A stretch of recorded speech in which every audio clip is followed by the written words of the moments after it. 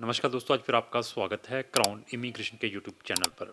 तो आज का जो हमारा टॉपिक है स्टडी इन जर्मनी, वहाँ की पब्लिक यूनिवर्सिटीज़ में आप किस वे से एडमिशन्स ले सकते हैं। तो जो जर्मनी गवर्नमेंट है हर एक इंटरनेशनल स्टूडेंट को फ्री ऑफ कॉस्ट जो है स्टडी प्रोवाइड करती हैं अपनी गवर्नमेंट यूनिवर्सिटीज़ के अंदर। तो आज मैं इस वीडियो के अंदर कंप्लीट प्रोसेस के बारे में डिस्कस करूँगा। जैसे बहुत सारी प्रीवियस वीडियोस में मैंने डिस्कस किया था लाटविया का, फिनलैंड का, स्वीडन का, डेनमार्क का, फ्रांस का। Many of the videos I explain each and everything. और आज की वीडियो उन बच्चों के लिए स्पेशली डेडिकेटेड है जो वहाँ का कंप्लीट प्रोसेस जानना चाहते हैं और इसके अंदर क्या फाइनेंशियल इन्वॉल्वमेंट है, वहाँ पर कितने एज एक्चुअल एक्सपेंसेस आते हैं apart from the consultant fees. तो जो एज एक्चुअल हर एक स्टूडेंट को वहाँ पर चार्जेस पे करने पड़ते हैं, तो उनके बारे में हम स्टेप बाय स्टेप डिस्कस करेंगे। तो सबसे पहले जब आपने जर्मनी में अप्लाई करना है तो जो अभी न्यू सिस्टम इंट्रोड्यूस हुआ है एपीएस, तो वो करवाने पड़ेंगे आपको। अपने एजुकेशन डॉक्यूमेंटों को एवेलुएट करवाना पड़ेगा एपीएस से। चाहे आपने वहाँ पर बैचलर करने के लिए जाना है, चाहे मास्टर, चाहे पीएचडी करने के लिए जाना है, तो उसकी जो फ़ीस है वो 18,000 अपना इंडियन रुपीज़ है, जो कि आपको उस एजेंसी को पे करने पड़ते हैं डायरेक्टली। उसके बाद जो फ़ीस है, प्रोसेसिंग टाइम क्या है एपीएस का, 3 वीक से लेकर इनका मैक्सिमम 6 वीक्स का प्रोसेसिंग टाइम है। तो इस टाइम के अंदर आपके जो डॉक्यूमेंट है एपीएस का सर्टिफिकेट मिल जाता है। अब एपीएस आने के बाद सबसे पहले बच्चे को एडमिशन अरेंज करवाना पड़ता है वहाँ की पब्लिक यूनिवर्सिटीज़ के अंदर। अभी बैचलर वाले स्टूडेंट्स के लिए टेस्ट एज़ मैंडेटरी है। मैं फिर बता दूं, हर एक स्टूडेंट को टेस्ट एज़ देना ही पड़ेगा, चाहे वो 12th के बाद जा रहा है, चाहे उसकी 13 साल की स्टडी है। But test as exam exempted है किस बच्चे के लिए, अगर आपने जेई मेन और जेई एडवांस एग्ज़ाम इंडिया के अंदर क्लियर किया है, तो then there is no need for give the test as exam. अभी टेस्ट एज एग्ज़ाम की फ़ीस है बच्चे को पे करनी पड़ेगी 150 यूरो। तो ये 12-13 हज़ार रुपये बनता है। You need to pay that fee to the respective जो टेस्ट कंडक्टिंग एजेंसी है। तो फिर टेस्ट क्लियर करेंगे, उसको क्लियर करने के बाद ही आगे आपका फर्दर प्रोसेस स्टार्ट होता है। जो मास्टर वाले स्टूडेंट हैं जिन्होंने बैचलर ऑलरेडी की होती है, उनको कोई भी टेस्ट एज या कोई भी एंट्रेंस एग्ज़ाम की रिक्वायरमेंट नहीं रहती है। तो उनके लिए जब अप्लाई करना है तो उसको अपना जो केस है थ्रू जूनियर असिस्ट है, और 80 से 90% जो यूनिवर्सिटीज़ हैं उनका जो प्रोसेस है जूनियर असिस्ट के थ्रू प्रोसेस होता है। वो किस वे से होता है उसके बारे में भी मैं आपके साथ डिस्कस करूँगा। अभी जूनियर असिस्ट को अप्लाई करने से पहले, जहाँ वहाँ की यूनिवर्सिटीज़ में एडमिशन अप्लाई करने से पहले एक चीज़ और मैंडेटरी है, that is IELTS. IELTS mandatory है, तो आईएलटीएस भी बच्चे को करना पड़ेगा।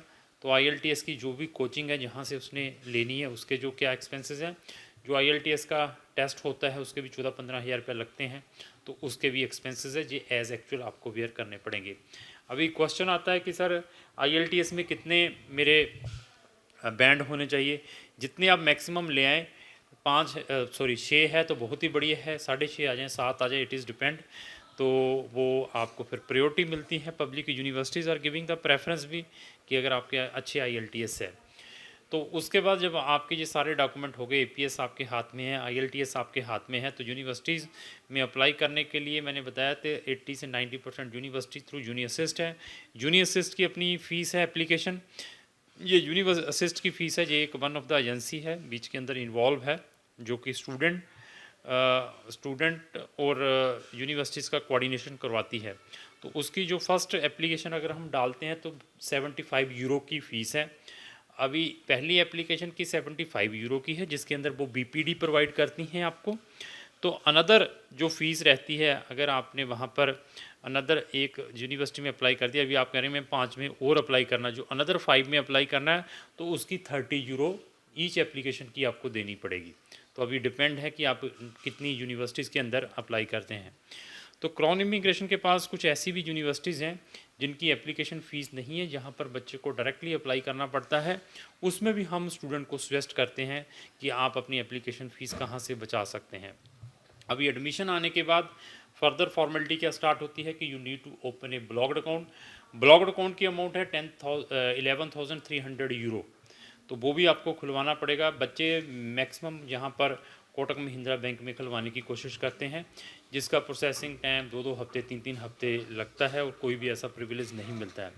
हमारे पास ऐसा ऑप्शन है कि अगर आप अपना ब्लॉक्ड अकाउंट जर्मनी बैंक के अंदर खुलवाते हैं, जो जर्मनी के अंदर लोकेटेड हैं, तो आपका account within a week खुलेगा और साथ में आपको जो वहाँ की हेल्थ इंश्योरेंस है वो फ्री ऑफ कॉस्ट मिल सकती है, मिलेगी। क्योंकि जब आप जर्मनी में जाते हैं, जब वहाँ जाकर अपना वीज़ा एक्सटेंशन करवाते हैं या रेजिडेंसी अप्लाई करवाते हैं, तो आपको उस हेल्थ इंश्योरेंस की भी रिक्वायरमेंट होती है। इवन ये आपके लिए बेनिफिशियल भी है। अगर आप कल वहाँ पर बीमार हो जाते हैं तो आपकी रीइंबर्समेंट उस इंश्योरेंस के थ्रू भी हो सकती है। जो बच्चे को एडिशनल चार्जेस देने पड़ते हैं 200-300 यूरो वहाँ जाने के बाद, उसमें भी क्राउन इमिग्रेशन आपकी सेविंग करवा सकती है। मैंने फिर बताया वी आर द टेक्निकल, हम आपको मैक्सिमम से मैक्सिमम बेनिफिट्स दिलवाने की कोशिश करते हैं। हमारे पास कुछ ऐसे भी ऑप्शंस हैं, आपका हम इंश्योरेंस वहाँ की जो हेल्थ इंश्योरेंस है वहाँ की कंपनियों से करवा सकते हैं और आप जो आपने उसकी पेमेंट देनी है वहाँ जाकर दे सकते हैं, उसमें भी आपके पैसे सेव हो सकते हैं। इंस्टेड ऑफ जो इंडिया से आप इंश्योरेंस बनाते हैं वीज़ा पर्पज़ के लिए, जिसकी फर्दर आपको यूटिलिटी पड़ती नहीं है वीज़ा के बाद, उसमें भी हम आपकी सेविंग करवा सकते हैं। अभी हेल्थ इंश्योरेंस आने के बाद ब्लॉक्ड अकाउंट खुलने के बाद अभी आता है एम्बेसी का प्रोसेस। एम्बेसी में आपको फ़ाइल डालनी पड़ती है। अभी सबसे पहले एक तो बताया नहीं प्रोसेसिंग टाइम कितना लगता है एडमिशन्स के लिए। एडमिशन का जो प्रोसेसिंग टाइम है वो 6 वीक से लेकर 8 वीक्स लेकर चलना है आपने।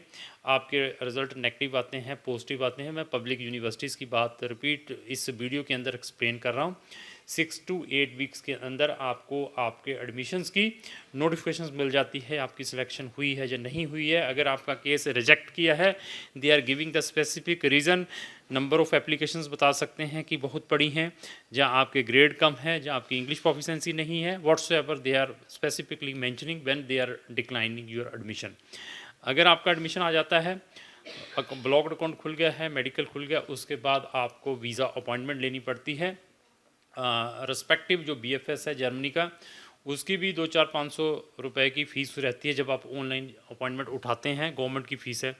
जब आपको अपॉइंटमेंट मिल जाती है, जब आप फाइल सबमिशन के लिए एम्बेसी के अंदर जाते हैं, तो एम्बेसी की भी फ़ीस है 75 यूरो की। चाहे आपने बैचलर के लिए जाना है, चाहे आपने मास्टर के लिए जाना है, डी नेशनल वीज़ा दोनों बच्चों को अप्लाई करना पड़ता है। वीज़ा अप्लाई करने के बाद जो इसका प्रोसेसिंग टाइम है, जो एक जेन्युइन स्टूडेंट है 3 वीक्स से लेकर मैक्सिमम 8 वीक्स लेते हैं जी। अगर 8 वीक से ज़्यादा लगता है तो वहाँ पर कोई टेक्निकल प्रॉब्लम है या आपके केस के अंदर कोई प्रॉब्लम है, that reason they will take a extra time. Otherwise maximum time 3 week से लेकर 8 वीक्स का ये टाइम लगता है। ये मैंने आपको कंप्लीट इसके एज एक्चुअल एक्सपेंसेस बताए हैं। आइदर स्टूडेंट ने अपने लेवल पर अप्लाई करना है, चाहे किसी भी कंसल्टेंट के थ्रू अप्लाई करना है, apart from the consultant fees.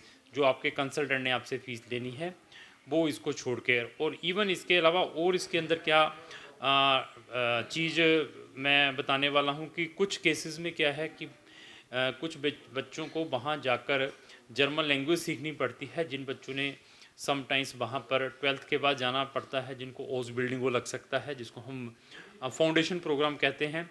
जो फाउंडेशन प्रोग्राम भी है वो भी टोटली फ्री ऑफ कॉस्ट है, बट वो फाउंडेशन प्रोग्राम जर्मन लैंग्वेज के अंदर है। अभी उस फाउंडेशन को करना है तो उसके लिए आपको जर्मन आनी ज़रूरी है, जर्मन लैंग्वेज।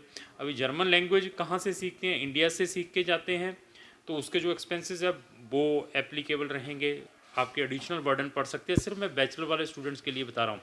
बट अगर आप बैचलर भी वहाँ पर इंग्लिश टॉट में करने के लिए जा रहे हैं तो आपके ये स्टूडेंट कोलीग जर्मन लैंग्वेज से भी बच सकते हैं। अगर आपने टेस्ट एज एग्ज़ाम दिया है तो टेस्ट एज एग्ज़ाम के बाद आपका वहाँ पर एडमिशन मैक्सिमम पॉसिबिलिटी है आपको डायरेक्टली बैचलर में इंग्लिश टॉट में मिल सकता है, बट डिपेंड है कि आपके परसेंटेज कैसे हैं। ये सारा पब्लिक यूनिवर्सिटीज़ का मैंने आपको बता दिया है, जहाँ पर आप फ्री ऑफ कॉस्ट ले सकते हैं। बट अगर आप प्राइवेट यूनिवर्सिटीज़ में जाते हैं तो उनकी फ़ीस है, उनकी जो फ़ीस है 7,000 यूरो से स्टार्ट होकर 20,000 यूरो की है, डिपेंड है। बट जर्मनी के अंदर जितनी भी यूनिवर्सिटीज़ हैं वहाँ जो आपका एडमिशन हो जाता है कोई भी एप्लीकेशन फ़ीस नहीं लेती हैं at the time of admission. मैं प्राइवेट यूनिवर्सिटीज़ की बात कर रहा हूँ। प्राइवेट यूनिवर्सिटी की फ़ीस मैंने आपको बताई है 7,000 20,000। बट जब आपका एडमिशन आ जाता है तो आपको एक क्वार्टर की फ़ीस वहाँ पर भेजनी पड़ती है। मैं 2,000 या 3,000 euro they are asking in advance, ये आपको एडवांस में उन यूनिवर्सिटीज़ में भेजने पड़ते हैं। उसके बाद they are sending the unconditional acceptance letter, अगर आपने सारी कंडीशन फुलफ़िल की होती है उन डॉक्यूमेंटों को फिर आप लगाकर अपना वीज़ा अप्लाई कर सकते हैं। बट इसके अंदर और भी एक चीज़ बता दूं, अगर आप पेड स्टडी वाले में जा रहे हैं और आपने अपनी फ़ीस 3,000 यूरो की भेजी है और फीस आपकी टोटल 8,000 यूरो की है, जो 5,000 यूरो रिमेनिंग बच गया है उसके भी फ़ंड आपने एडिशनल अपने पेरेंट्स की इंडियन बैंक स्टेटमेंट भी लगानी है एट द टाइम ऑफ आपने जब ये वीज़ा फाइल BFS के थ्रू जमा करवानी है। इवन जब आप वीज़ा फाइल जमा करवाने के लिए जाते हैं specially in Delhi, they are also giving the question area, जो कि बच्चे को अपने हाथ से भरना पड़ता है। उसको उसके अंदर क्या क्वेश्चंस है क्राउन इमिग्रेशन, उसमें भी बच्चे की हेल्प करवा सकती है। जर्मनी में अगर आपने हायर स्टडीज़ के लिए जाना है तो हमारे पास नंबर ऑफ़ ऑप्शंस है फ्री स्टडीज़ के लिए, तो आप हमें संपर्क कर सकते हैं। आपकी प्रोफाइल देखने के बाद मैं आपको सजेस्ट कर सकता हूं कि आपका पब्लिक यूनिवर्सिटी से एडमिशन आ सकता है या नहीं आ सकता है, बट डिपेंड है आपकी प्रोफाइल कैसी है, आपके परसेंटेज कैसे है, आपका IELTS कैसा है, उसको देखने के बाद वी कैन सुजेस्ट। जर्मनी से रिलेटेड हमारे चैनल के ऊपर नंबर ऑफ़ वीडियोज़ हैं, उनको भी देखना है तो ब्रोज़ करके देख सकते हैं। इवन क्राउन इमिग्रेशन का अपना जर्मन लैंग्वेज सेंटर है, जालंधर के अंदर लोकेटेड है, जिस सेंटर के अंदर बच्चे ऑफलाइन ऑनलाइन भी जर्मन की क्लासेस लेते हैं। इस सेंटर के अंदर हम B2 लेवल तक बच्चों को कोचिंग प्रोवाइड करते हैं। अगर आप जर्मन भी सीखना चाहते हैं तब भी हमें संपर्क कर सकते हैं। तो लास्ट से यही रिक्वेस्ट है कि अगर आपको जो मेरी वीडियो अच्छी लगी इसको लाइक एंड शेयर करना ना भूलें। Thank you.